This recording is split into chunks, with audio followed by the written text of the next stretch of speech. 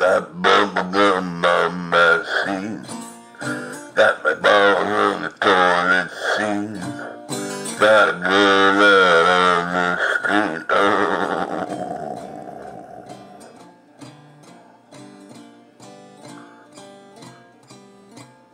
Got my eye in a bottle of gin. Gonna let the light shine within. Gonna let the light shine within.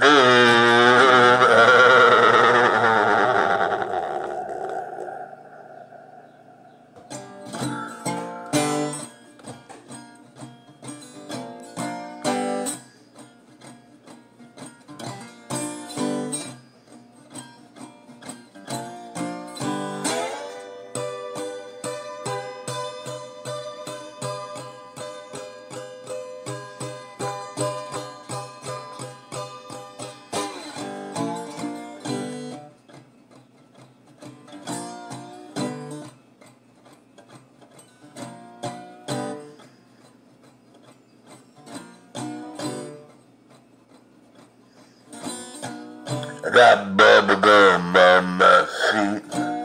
Snap my balls on the toilet seat. Got a girl on the street. Oh.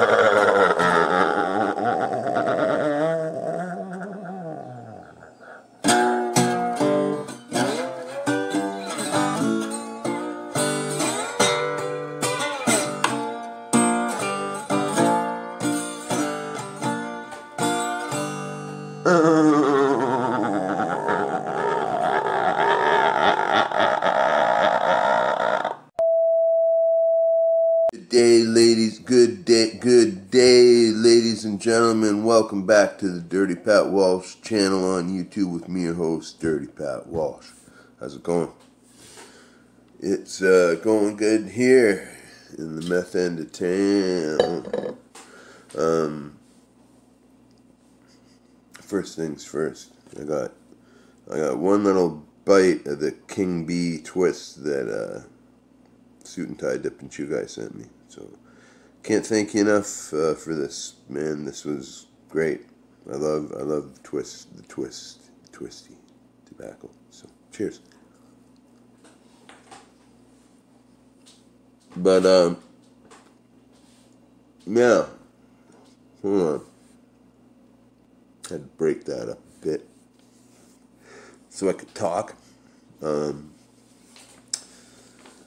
So yeah, I've been going through my bag of artifacts from my artistic past, as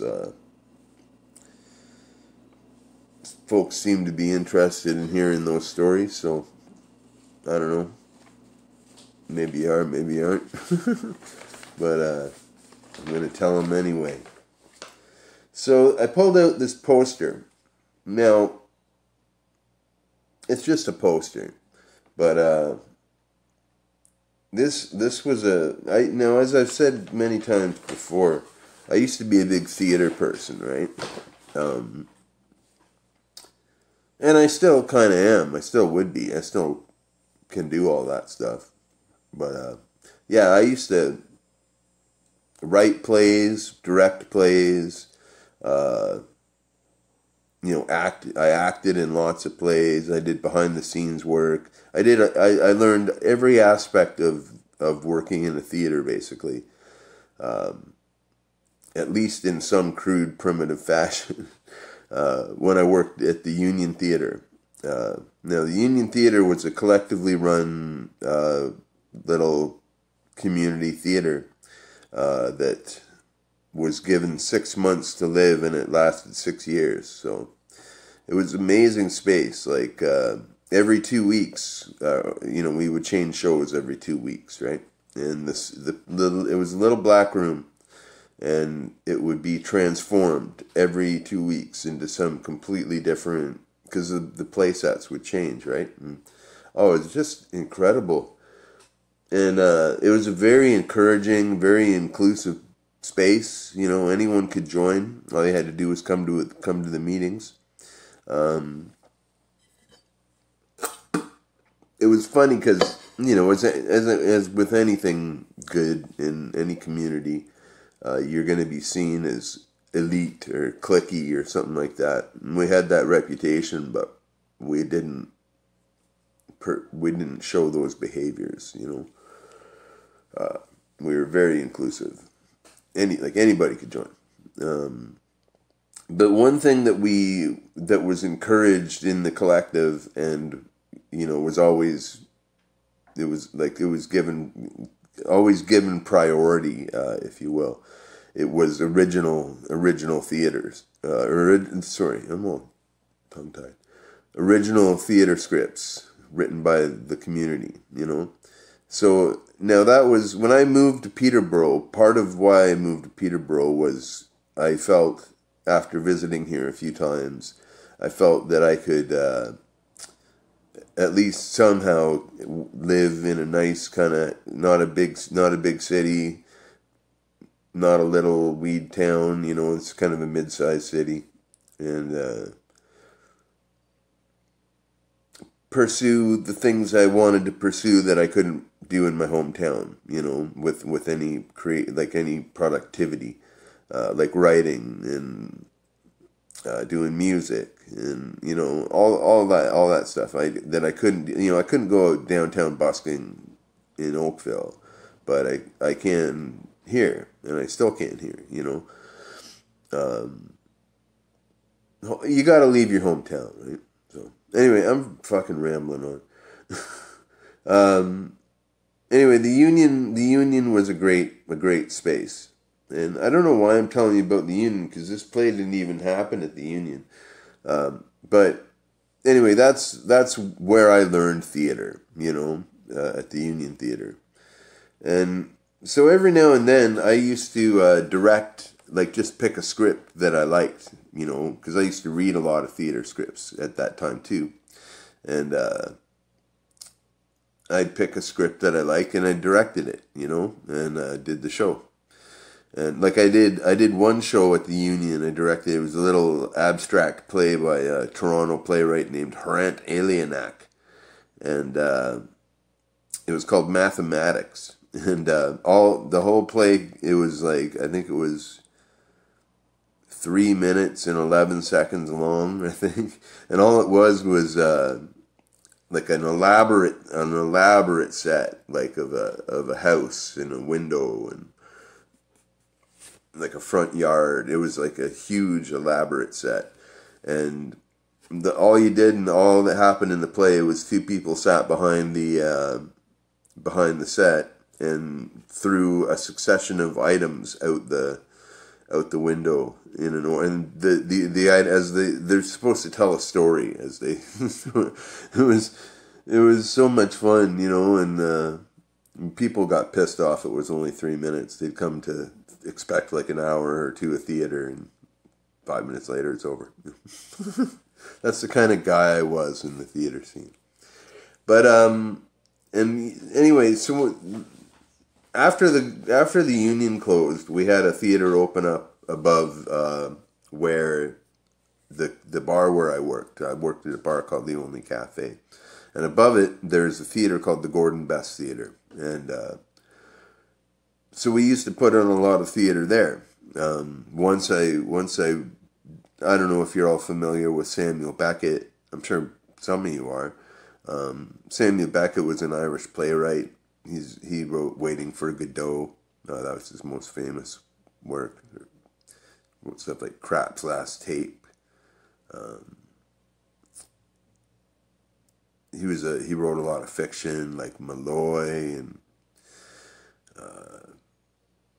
Ill Seen, Ill Said. I don't know. He was a brilliant. He's my favorite, big writer, and so he wrote a play called Endgame, which was kind of I think meant to be a post-apocalyptic extension of Waiting for Godot, because it's much more severe, but. Anyway, it's a crazy play. It's a crazy play to direct, and it's such an abstract script and everything. But I directed a production of Endgame there. that was gas. I did it right to the letter of the script, and it was an amazing show. I just did it mainly because I wanted to see it. You know, I knew I would never get to see it probably, so I figured I better direct it, and that way I can see it, and I can see it how I want to see it. So it was cool. But I found a poster. Now, I've always been a big Nick Cave fan. Nick Cave sang for the Birthday Party and the Bad Seeds, and he's like now he's more of like a class, like a, you know, nice suit and glass of wine kind of piano kind of playing, but he's very dark, and he still hasn't lost his edge from the early days in the 70s and 80s. When he was making crazy, they called the Birthday Party the Australian Stooges. So yeah, they're like, he was a crazy musician, and hence a crazy writer. And so he had a book published a long time ago now called King Ink, and it included a whole bunch of little one-act plays that were like a page long, like just like little 30-second plays or minute-long plays, you know. So, and a lot of them centered around racetracks and racetrack car drivers and stuff like that. So I collected all those scripts and put them together the way I thought they should be put together, and put a show on of it. And this is the poster here.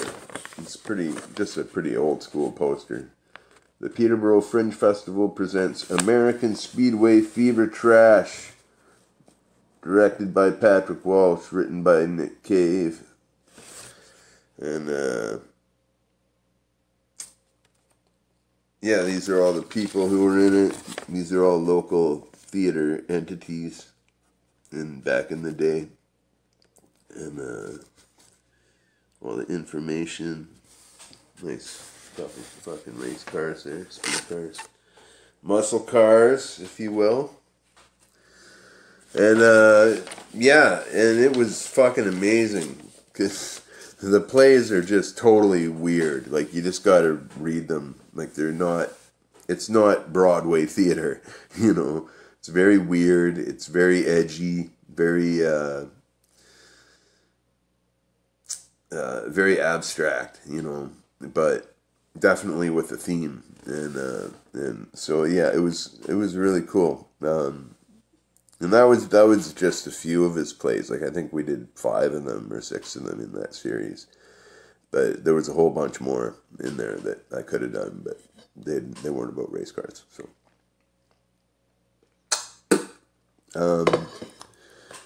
yeah, and we now, for this play, myself and Wyatt Burton wanted to do the score for it. We wanted to do the score on electric guitars with lots of pedals, you know. So Wyatt has like 100 pedals or something like that, you know. So he just gave me a bunch for the show, and then plugged them in for me, set them up how they were supposed to be set. I don't use pedals at all, so he just set them up for me, and he had the same setup. We just had 2 electric guitars and a bunch of pedals, and it was just like we play in E, you know, and so we would just solo together in E, and it was fucking crazy music, hitting all these pedals. I didn't know what half of them did. And yeah, and we called ourselves Victory USA. Which was, at the time, it was a pretty funny name. But, yeah, so American Speedway Fever Trash, that was a bunch of plays I directed, written by Nick Cave. I really suggest you go out and find the book, Nick Cave, King Ink, or look it up online or wherever, and read these plays. They're phenomenal. And you know, very, very, very, very similar, yet very, very different than the plays that I write myself. So that's what attracted me to them in the first place. But yeah, theater was fucking crazy life, man. Crazy life. But I'll tell you more about all that in another video. I hope you're all doing well and good. I hope you all have an awesome day. Be well and stay free.